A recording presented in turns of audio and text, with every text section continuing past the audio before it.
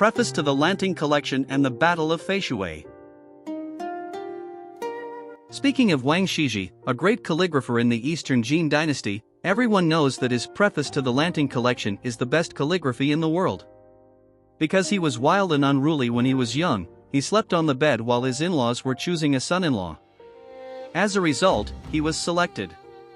This is the origin of the idiom, a quick son-in-law in the east bed.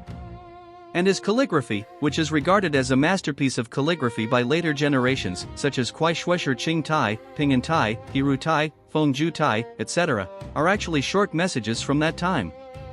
In addition to titles and words of honor, they are all short family matters and complaints. Not unlike today's text messages. Throughout his life, it seemed that he was always doing things that he had no intention of doing, and things that he had no interest in were always shining brightly. In addition to Wang Xizhi's wonderful life, there is also an amazing connection between Lanting Collection Preface and the Battle of Feishui to share with you. Please judge for yourself whether it is true or false. Since childhood, Wang Xizhi studied calligraphy from Mrs. Wei, a master of calligraphy at that time who was famous for her small regular script with hairpin flowers. Mrs. Wei taught him the mental techniques for writing dots, vertical strokes, ge, na, etc. as follows. Point, like falling rocks from a peak. 1, like clouds forming thousands of miles away. Vertical, like a long-lived withered vine. Peer, like a land-broken rhinoceros. Ge, like the hair of 100 June crossbows. Na, like crashing waves and thunder. In the 9th year of Yanghe, the 50-year-old Wang Xizhi had already enjoyed the reputation of the sage of calligraphy.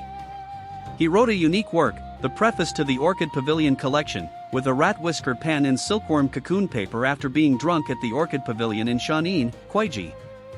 It goes without saying that the calligraphy is beautiful, and even the literary talent is superb. After he sobered up, he tried several times, but was unable to write to the same level again. This shows that he was like a god at that time, and the original book is extremely precious. It is a pity that the original version of Lanting Tai has been lost long ago, and all the surviving copies are copies, among which the Shenlong version is the most famous. It is said that Emperor Taizong of the Tang dynasty ordered Shaoyi to go to the temple to deceive Lanting Tai from the monk Biansai and then take it to the tomb for burial, but this is actually false. Where is the original? Xian, who had attended the Lanting gathering with Wang Xizhi, was still a young man at the time, but 30 years later he was already the prime minister of the Eastern Jin Dynasty. At this time, Fu Jian of the former Qing dynasty led an army of 250,000 to the south, preparing to destroy Jin in one fell swoop and unify the world. Xian ordered his nephew Xie Xian and others to lead 80,000 Beifu troops to meet the enemy. The two sides faced off on both sides of the Fei River, and the war was imminent. According to historical records, Xie Xian said to Fulong, the commander of the Qin army at that time, the confrontation between the two armies will last for a long time. How about you take a few steps back and let me cross the river and land on the bank, and then fight to the death? That Fulong secretly asked his boss Fu Jian. Fu Jian said, very good, we will suddenly launch a fierce attack when they are halfway across the river, so that they will die without even having to reach the shore. So Fulong ordered the Qin army to retreat 10 miles and prepare for the attack. Unexpectedly, after they had only taken a few steps back, someone from the Jin army suddenly shouted, the Qin army is defeated, hurry up and cross the river to attack. The Qin army was in confusion among the generals and doubts. Soon after, the Eastern Jin Dynasty and Beifu troops landed on the beach in an instant, charging and killing, destroying the Qin army's formation. The soldiers in front began to trample the troops behind. Suddenly, they trampled on each other and killed each other, and they were defeated like a mountain. The Beifu army was overwhelmingly powerful and won a complete victory. From then on, the Battle of Feishui became famous as a victory with a small number and will forever be remembered in history. But this is not the case. The Qin army retreated in an orderly manner and was not vulnerable. However, what was surprising was that the Jin army landed so quickly, especially the 21 martial arts masters at the head of the formation. Each of them was like a rock falling from a peak.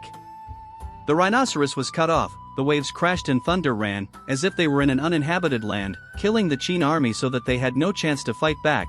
they could only flee desperately and trample on each other. And when the regular Beifu army crossed the river and came ashore, these 21 martial arts masters suddenly disappeared, leaving the glory and fruits of the Jin army's victory. Who are these 21 martial arts masters? It turns out that the authentic copy of the preface to the Lanting Collection was in Xie Xian's hands at that time. With the enemy outnumbered, he made the worst plan in case he was defeated and captured. In order to prevent the national treasure from being stolen, he secretly threw the manuscript into the river after paying homage to his ancestors, hoping that a lucky fisherman from Jiangsu would take it away safely. But the 21 characters Z in this post actually appeared after entering the water.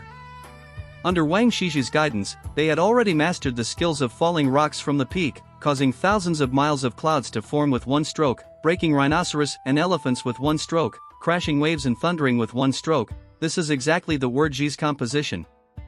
These 21 Xinjiang warriors landed instantly. They were invincible and they instantly turned the tide of the battle in which the enemy was strong and we were weak. This explains why the Battle of Feishui miraculously defeated the enemy with a small number, and also explains why although the original copy of the Lanting anthology has since disappeared, thanks to the magic of Wang Xizhi's Lanting calligraphy, magic soldiers appeared in the river at the critical moment, saving the lives of the people of the Eastern Jin Dynasty.